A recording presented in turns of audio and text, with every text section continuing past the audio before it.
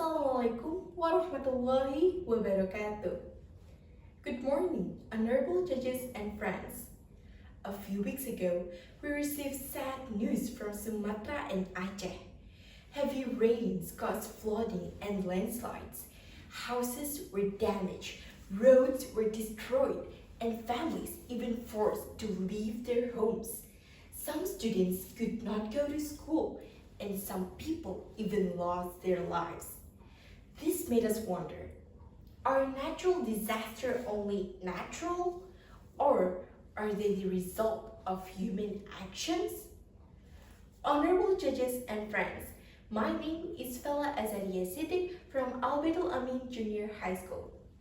Allow me to take this opportunity to talk about how schools, and especially us as students, could help to prevent this problem by building something important within us, the eco heart. When we talk about environmental education, we always think about science lessons, textbooks, or exams. However, today, I want to talk about something deeper than just knowledge. Let's start with what is meant by the eco heart. The eco heart means caring for our environment, not because we're told to, but because we feel responsible. It means that we think before we throw away trash, disposing of wastewater, or using plastic. It's not about perfection. It's about choosing to care. Why are schools important in building an ecological heart? Because schools is where we spend most of our time. At school, we don't just learn about English, math, or science. We also learn about habits, attitudes, and values. If we can learn cooperation, honesty, and discipline at school, then we can also learn how to care for our environment. However, here's the problem. We have learned about environmental issues in class. We know that plastic is harmful. We know that pollution is harmful. We know that climate change is real. However, many of us still litter, waste food, and ignore environmental rules. This shows that knowing is not the same as caring.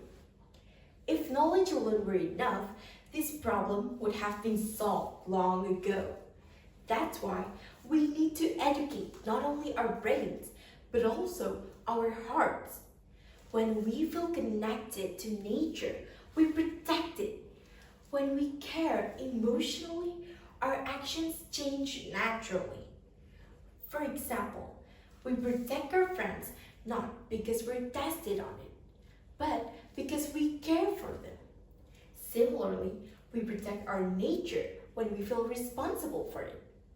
As students, what can we do? We don't need to do big or expensive things. We can start with small actions such as keeping the classroom clean, saving electricity, saving water, and stop using plastic.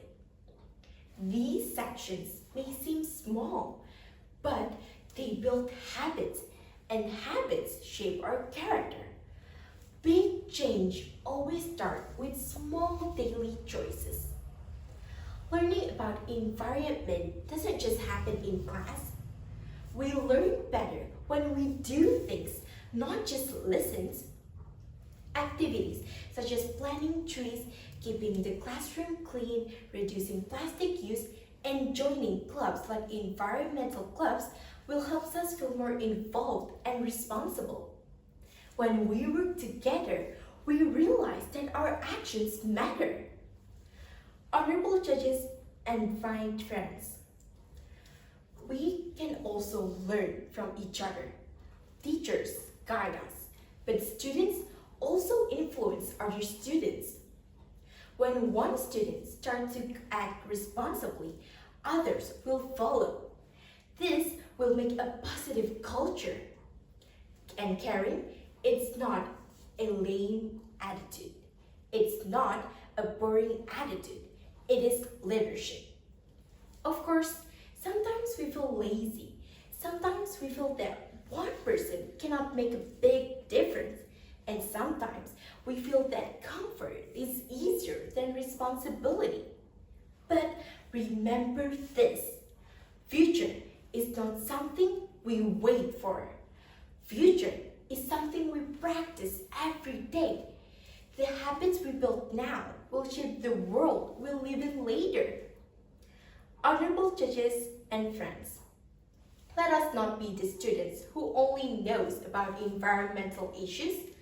Let us be the students who care, set an example, and take action. By educating our ecological hearts, we're not only protecting the nature, we are also protecting our health, our future, and the next generation. Let's start now, let's start at school, and let's start with ourselves. Thank you. Wassalamualaikum warahmatullahi wabarakatuh.